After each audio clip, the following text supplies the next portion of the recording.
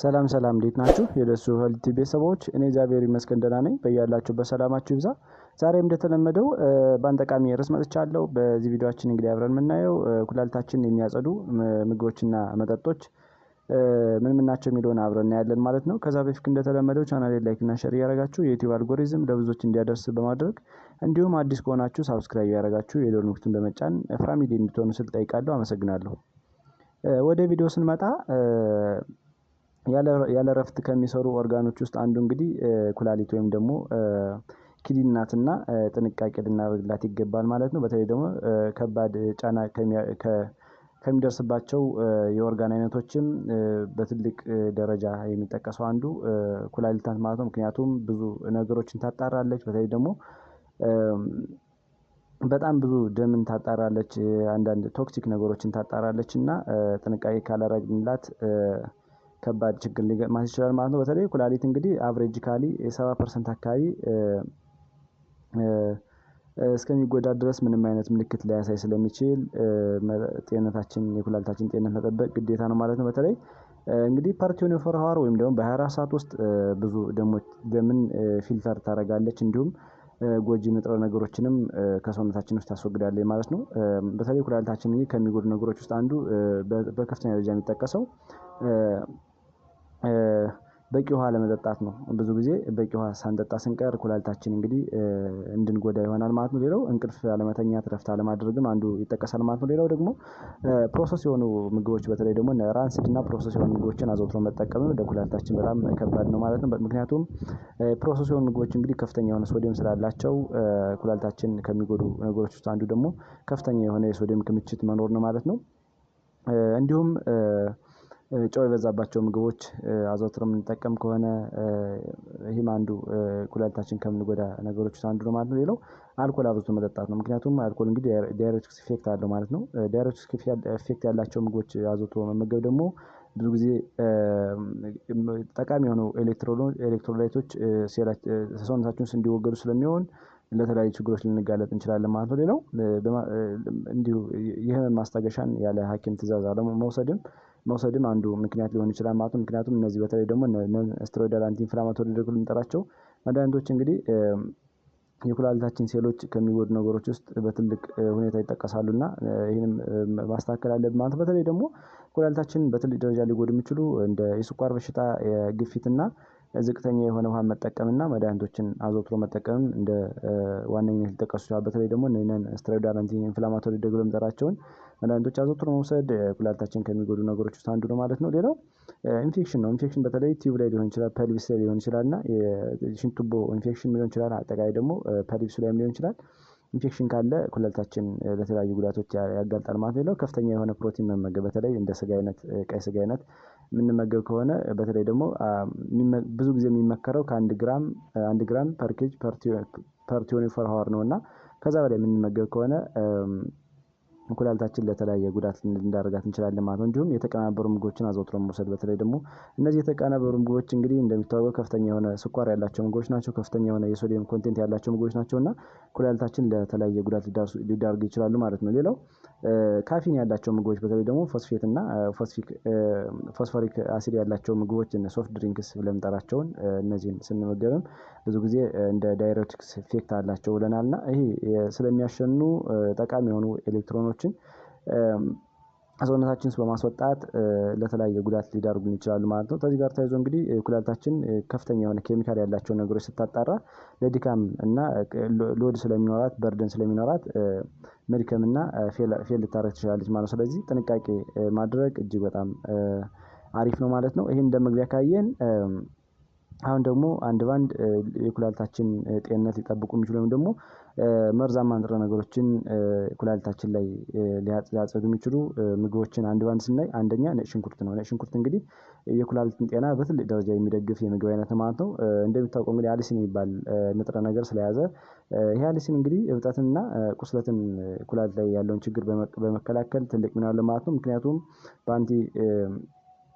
አንቲ ኦክሲዳንት ኢፌክት ያላቸው ንጥረ ነገሮችን ስለያዘ፣ አንቲ ኢንፍላማቶሪ ኢፌክት ያላቸው ንጥረ ነገሮች እንደ አሊሲን አይነት ስለያዘ እብጠት እንዳይኖር በተለይ ደግሞ በኦክሳይድ ውጥረትና በተለያዩ ነገሮች ኩላሊታችን እንዳይጎዳ በመከላከል ትልቅ ሚና አለው ማለት ነው።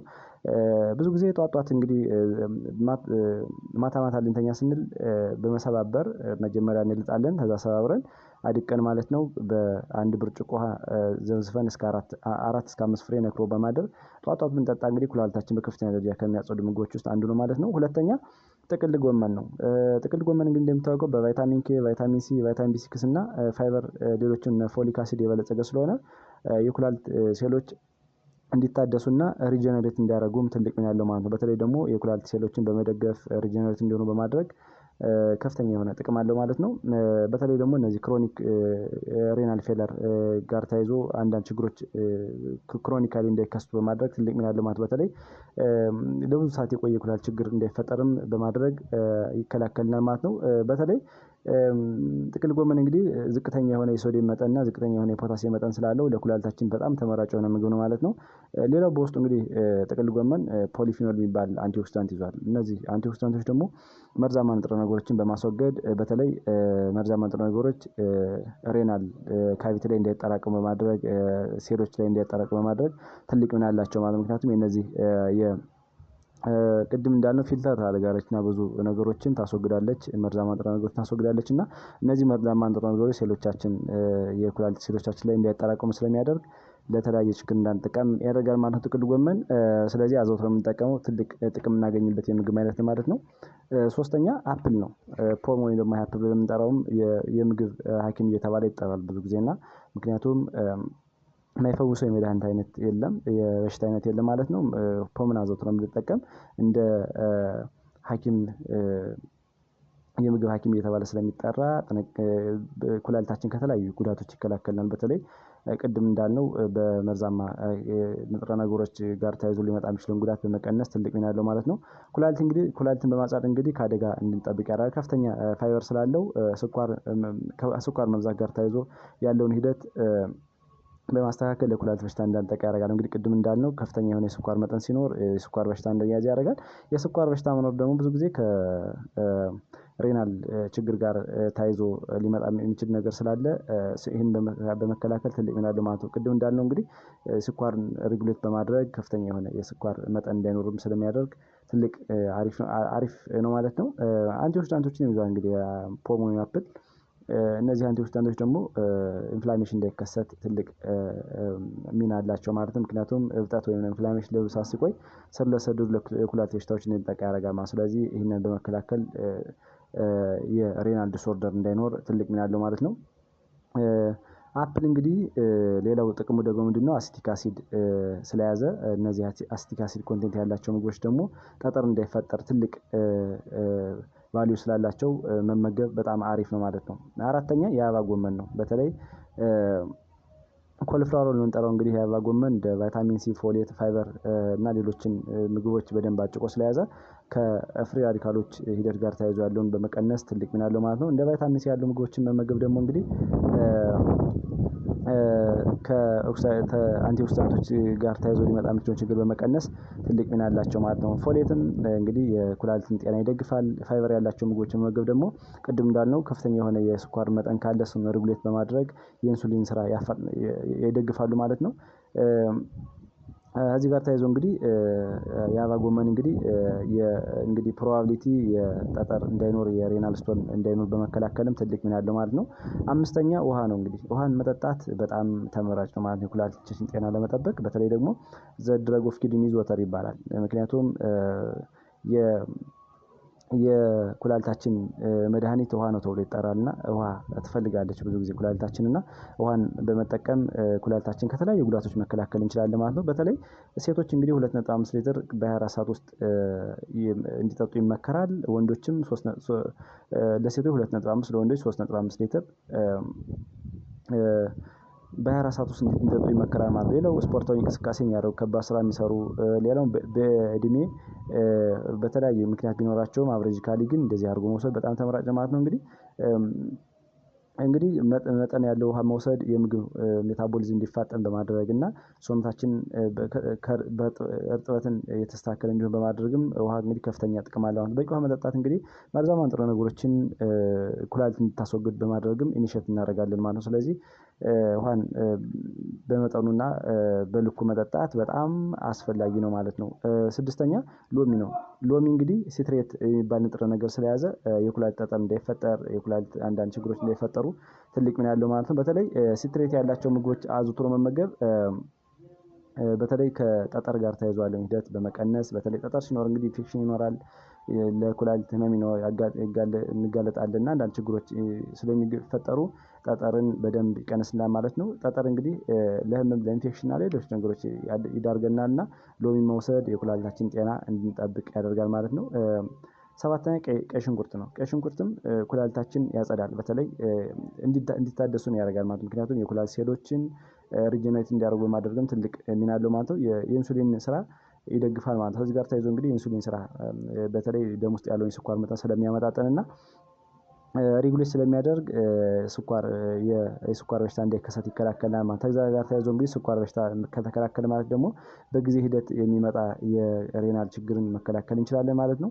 የደም ግፊትንም እንድንቀንስ ያደርጋል ማለት ነው። እንደሚታወቀው አሁን እንዳልነው ሃይፐርቴንሽን ሲኖርም ለሬናል ችግር ከሚያጋልጡ ነገሮች አንዱ ስለሆነ ይህን የሚከላከል ነው። ሌላው አሚኖ አሲዶችን ይዟል እና ሜታል ሰልፋይድ የሚባል ንጥረ ነገር ስለያዘ ኮሌስትሮል እንዳይበዛ ያደርጋል። ኮሌስትሮል መብዛት እንደሚታወቀው እንግዲህ ለተለያዩ የሰውነት ፓርቶቻችን ችግር ከሚያጋልጡ ነገሮች አንዱ ስለሆነ ይህን በማስተካከል ትልቅ ሚና አለው ማለት ነው።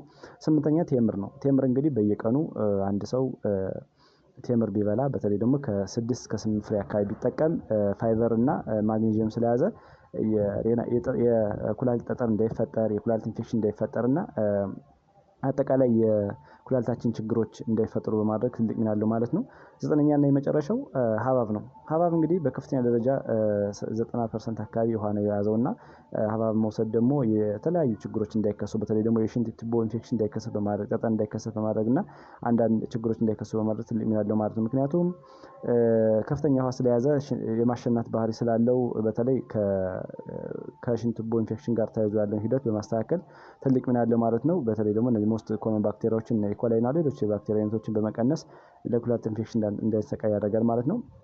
ሌላው ሀባብ እንግዲህ ላይኮፒን በከፍተኛ ደረጃ ይዟል ማለት ነው። ላይኮፒን ደግሞ እንግዲህ ኩላሊታችን ያጸዳል። በተለይ አሁን ያልናቸውን እነዚህ መርዛማ ንጥረ ነገሮችን በማስወገድ ኩላሊታችን ንጹህ እንድትሆንና ፍለሽ እንድትሆን ያደርጋል ማለት ነው። በተለይ እነዚህ ሀባብ አይነት ምግቦችን መመገብ ዳይሬቲክስ ኢፌክት ያላቸው ምግቦች ስለሆኑ ለኩላሊታችን ጤና በጣም ተመራጭ ነው ማለት ነው። ሌላው ሀባብ እንግዲህ በውስጡ ፖታሲየም ይዟል። ፖታሲየም እንደሚታወቀው የአሲድን መጠን በማመጣጠን በመቆጣጠር ኩላሊት ላይ ሊፈጠር የሚችለውን የጠጠር አይነት እንዲቀንስ በማድረግ ሪስኩን በመቀነስም ትልቅ ሚና አለው ማለት ነው። ፖታሲየም እንግዲህ በመጠኑ መውሰድ ደግሞ የኩላሊታችን ጤና ይደግፋል ማለት ነው። በተለይ ከፍተኛ የሆነ የሶዲየም ክምችት ካለ እሱን ባላንስ ስለሚያደርግልን የውሃ መጠንን ስለሚያመጣጥን እና አንዳንድ ችግሮችን ስለሚቀርፍ ለሴሎቻችን በተለይ ደግሞ ለኩላሊት ሴሎቻችን በጣም አሪፍ ነው ማለት ነው። ብዙ ጊዜ ሶዲየም የበዛባቸው ምግቦች መቀነስ እና ፖታሲየም የበዛባቸው ምግቦች መጠቀም አጠቃላይ ለሰውነታችን ጤና በጣም ተመራጭ ስለሆነ ቢለምድብን የተመረጠ ነው ማለት ነው። እንግዲህ እነዚህን ምግቦች በሰዓቱና በመጠኑ በመውሰድ ኩላሊታችን ከተለያዩ አደጋዎች መከላከል እንችላለን ማለት ነው። ለዛሬው ያለን ትምህርት እዚህ ላይ ጨረስን። ቀጣይ ላይ የምለቃቸው ቪዲዮዎች ለእናንተ እንዲደርሷችሁ ላይክ፣ ሼር እና ሳብስክራይብ ያደርጋችሁ ትብብራችሁ እንዳይለይ ስል እጠይቃለሁ። አመሰግናለሁ።